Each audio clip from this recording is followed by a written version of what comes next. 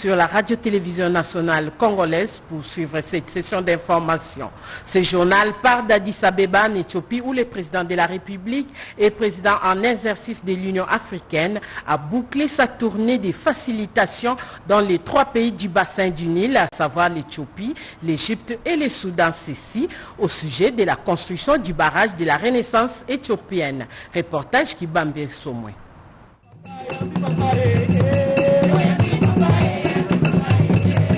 Après Khartoum au Soudan, le Caire en Égypte, c'est au tour d'Addis Abeba, capitale de l'Éthiopie, d'accueillir le chef de l'État, président en exercice de l'Union africaine, Félix Antoine Tshisekedi Tshilombo, qui assure la médiation entre les 3 pays autour de la question du barrage de la Renaissance éthiopienne. Le président de la République est arrivé à Addis Abeba ce mardi 11 mai 2021 à 2h10, 2 heures de moins à Kinshasa. Il a été salué au pied de l'avion par le ministre éthiopien des eaux et irrigation, docteur ingénieur Siliti Silesh, à la tête d'un comité d'accueil restreint, parmi lequel l'ambassadeur de la RDC en Éthiopie, Ngandou, la vice-ministre éthiopienne des Affaires étrangères, Britukan Ayana, et l'ambassadeur Zenon, du panel d'accompagnement de la mandature du chef de l'État à l'organisation panafricaine.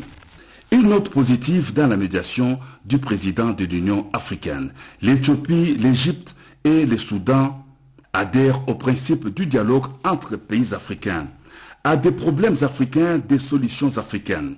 C'est à cette conviction que s'accordent ces 3 pays du bassin du Nil qui aspirent à un règlement pacifique pour une solution favorable à tous au sujet de la question de remplissage du barrage de la Renaissance. Une conviction ravivée davantage par la confiance qu'il place dans la médiation impartiale du président de l'Union africaine Félix Antoine Tshisekedi Tshilombo en séjour à Addis Abeba.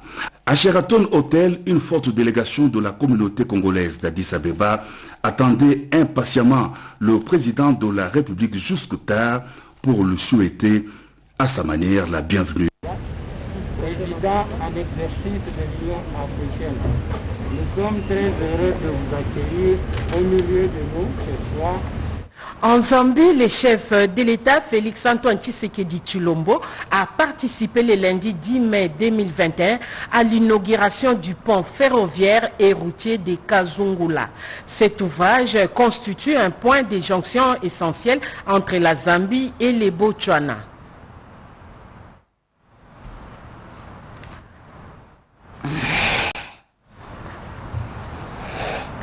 Comme vous le savez, le chef de l'État a participé à l'inauguration du pont Kazungula en Zambie. En sa qualité du président en exercice de l'Union africaine, il a été le dernier à prendre la parole. Au cours de cette cérémonie, nous vous proposons l'intégralité de cette allocution. Mr. Félix Antoine Tshisekedi Tshilombo, President of the Democratic Republic of Congo and Chairperson of the African Union, to share the guest of honor's address this afternoon.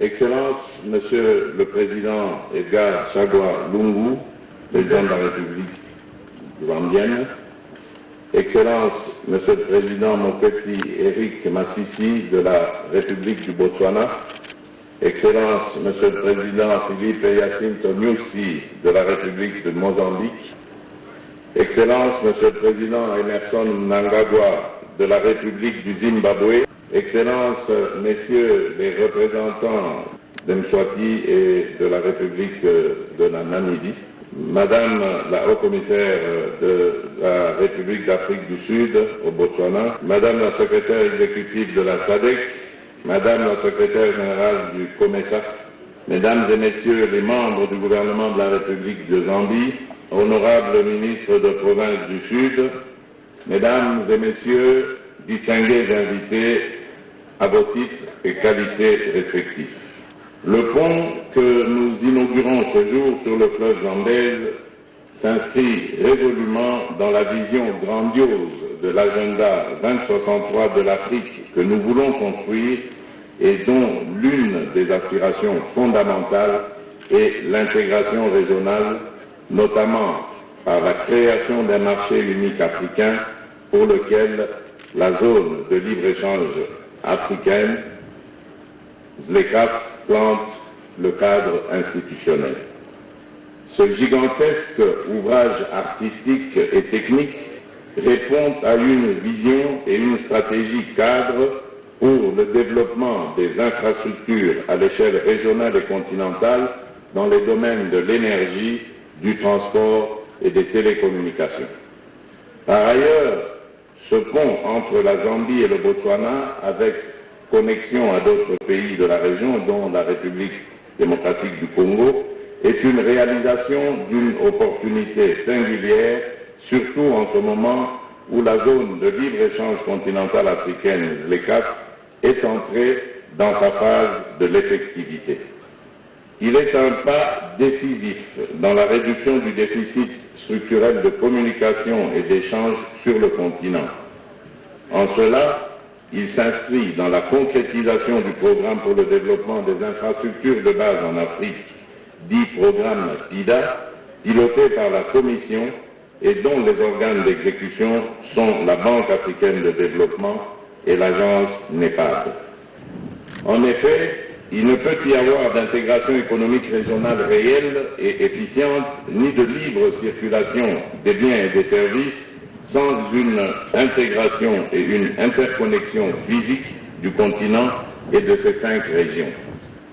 À cet égard, les ponts de cette envergure constituent autant de passerelles entre nos États et nos peuples qu'un facteur de fluidité des activités économiques sans lesquelles rien de durable ne peut être construit pour l'unité et la solidarité africaine et la prospérité de notre continent.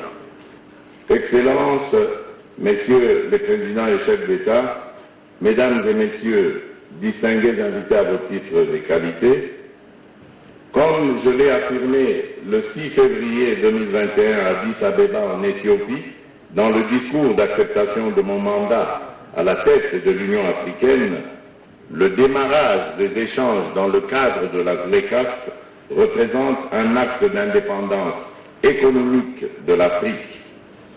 Par cette déclaration, j'ai voulu exprimer ma ferme conviction en notre capacité collective de réaliser les objectifs assignés à la zone de libre-échange continentale.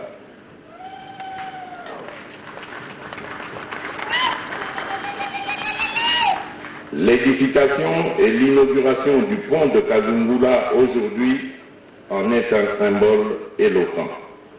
Je ne peux, au nom de l'Union africaine, que féliciter ses promoteurs, leurs excellences, messieurs les présidents de la République de Zambie et celui du Botswana, et nous inviter à nous inspirer de leur bel exemple pour réaliser le rêve des pères fondateurs de l'unité africaine. Je vous remercie. Deux audiences à l'hôtel du gouvernement. Le Premier ministre Jean-Michel Lukonde a reçu tour à tour le caucus des députés du Sankourou. Ces derniers ont évoqué avec le numéro 1 du gouvernement la crise institutionnelle qui persiste dans les Sankourou. Peu après, les chefs de l'exécutif s'est entretenu avec les ministres de la Défense nationale sur la gestion de l'état des sièges dans les Nord Kivu et dans l'Ituri, les condensés, avec Pati Tondouan. Les parlementaires élus de Sankourou peuvent compter sur l'appui du Premier ministre Jean-Michel Lukonde Kyenge pour résoudre la crise institutionnelle que connaît cette province. La persistance de cette crise entre l'Assemblée provinciale et le gouvernorat constitue un frein pour le développement du Sankourou. Soucieux du développement de la République démocratique du Congo et du bon fonctionnement des provinces, le chef de l'exécutif national a échangé avec les caucus des députés et sénateurs de la province de Meri Lumumba, avec à sa tête Emery Okunji. Du Sankourou ont demandé de voir en urgence le Premier ministre suite à la crise institutionnelle qui sévit depuis 2019 au Sankourou. Le Premier ministre nous a promis qu'il va s'y employer pour qu'il y ait une solution urgente et qui soit trouver. Parce que l'avenir de la province en dépend, le développement de la province en dépend aussi. Ces élus du peuple se sont dit satisfaits de l'oreille attentive que leur a tendu les chefs du gouvernement congolais. Dans un autre décor, le Premier ministre veille au quotidien sur la mise en œuvre effective de l'état de siège décrété par les chefs de l'État dans les provinces du Nord Kivu et de l'Ituri, raison pour laquelle Jean-Michel Samalukonde Kyenge a eu une séance de travail avec les ministres de la Défense nationale, Gilbert Kabanda, et les chefs d'état-major général des FARDC. Nous venons d'échanger sur les modalités pratiques, notamment la logistique qui doit être urgemment débloquée pour que les gouverneurs et tout leur personnel qui est affecté à l'état de siège puisse être opérationnel sans entrave. C'est une priorité. Tout le gouvernement en général et en particulier le Premier ministre, le ministre de la Défense, qui d'ailleurs est chargé de l'exécution de la mise en œuvre de cet état de siège. Le retour de la paix et la sécurité dans l'Est de la République démocratique du Congo demeure une priorité pour le gouvernement de l'Union sacrée de la nation. Le ministre de l'enseignement primaire, secondaire et technique a annoncé l'augmentation de l'enveloppe globale des frais de fonctionnement des écoles publiques et conventionnées du niveau primaire. C'est à hauteur de 20,25%. Les détails avec Séverine Katanda. Redorer l'image de l'enseignant et de l'enseignement en RDC fait partie de son cheval de bataille. Le ministre de l'enseignement primaire, secondaire et technique, le professeur Tony Mwaba Kazadi, a décidé d'évaluer hebdomadairement le travail qu'effectue chaque service et direction de son ministère. Ce lundi 10 mai, il a été adopté la mise en place d'une commission pour déclencher l'émergence de ces secteurs. Séance tenante, le professeur Tony Mwaba a annoncé l'augmentation à 20,25% de l'enveloppe globale de frais de fonctionnement des écoles publiques et conventionnées du niveau primaire. Et grâce au travail de toilettage du fichier des enseignants, 200 000 nouvelles unités à travers le pays seront prises en charge d'ici le mois de juin. C'était question de présenter l'état d'avancement des évaluations certificatives qui arrivent, c'est-à-dire le TENAFEP et l'examen d'État proprement dit. C'est pourquoi il faut aller très vite et il a dit au courant de la semaine, il faudrait que nous lui présentions tout ce qu'il faut pour que les choses se passent correctement dès la semaine prochaine. Avec les structures syndicales, ils ont défini le rôle que devra jouer le mouvement syndical pour que le progrès soit palpable dans le sous-secteur de l'EPST. Tony Mwaba a livré ses ambitions liées aux actions et décisions prises dans le cadre de stratégies de réforme du secteur. Ceci permettra à ce méga-ministère de gagner le pari de la gratuité de l'enseignement de base en République démocratique du Congo. Au ministère du numérique, le ministre Kolongele Béran a reçu l'équipe dirigeante des sociétés congolaises des postes et télécommunications et l'ambassadeur tunisien. Les détails de leur entretien en ce reportage. La Société congolaise des postes et télécommunications est un outil important dans l'organisation de la société.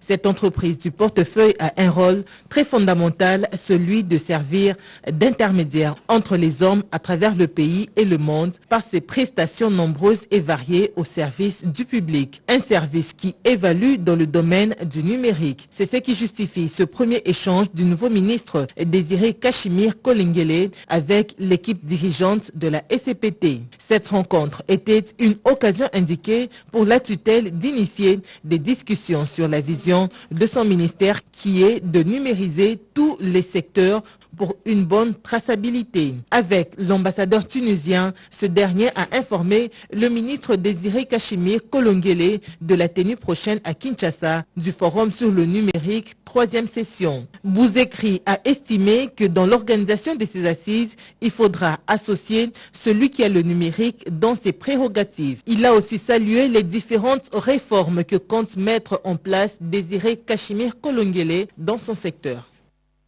Une commission ad hoc pour examiner l'assignation budgétaire exercice 2020-2021 où plus de 9 milliards de francs congolais n'ont pas pu être réunis par les ministres des Ressources hydrauliques et électricité. Cette commission a été initiée par les ministres Olivier Mwenze, Moukaleng, Marie Kalong pour les reportages. Le Congo central ambitionne la création du comité professionnel des importateurs sur son territoire. La conformité à cette démarche passait par les préalables de recueillir l'avis du ministre des Hydrocarbures, Didier Boudimbo. Pour ce faire, le ministre avait déjà instruit ses collaborateurs d'élucider la question avec ceux du Congo central. Les conclusions de ces travaux tenus en amont ont été soumises ce jour à l'appréciation du ministre Didier Boudimbo par le secrétaire général des hydrocarbures en présence des responsables du Congo central avec en tête le président de l'Assemblée nationale et le gouverneur. Après avoir pris connaissance de ce rapport, le ministre des hydrocarbures a proposé pour approfondissement la poursuite de ces discussions entre les deux parties. Au chapitre des audiences, le ministre a abordé avec le directeur général des Perenco la matière liée à la contribution des Perenco à la matérialisation du programme du gouvernement. Nous continuerons, comme nous le fait, Perenco est là depuis 20 ans en RDC, et nous continuerons de travailler avec le gouvernement et avec le pays pour développer les ressources d'hydrocarbures et le pays. Avec les responsables des CEP Congo, ils ont exploré l'horizon 2025 et les principaux défis à relever en matière des hydrocarbures. On regarde déjà un horizon plutôt de 2025-2026 et ce qu'il y a lieu de faire, de décider aujourd'hui. Aujourd'hui, l'approvisionnement du pays est stable. On est très vigilant à ce qu'il le soit et donc d'anticiper aussi le développement économique. Fin de cette session d'édition. Merci de l'avoir suivi. Restez branchés sur la radio-télévision nationale congolaise.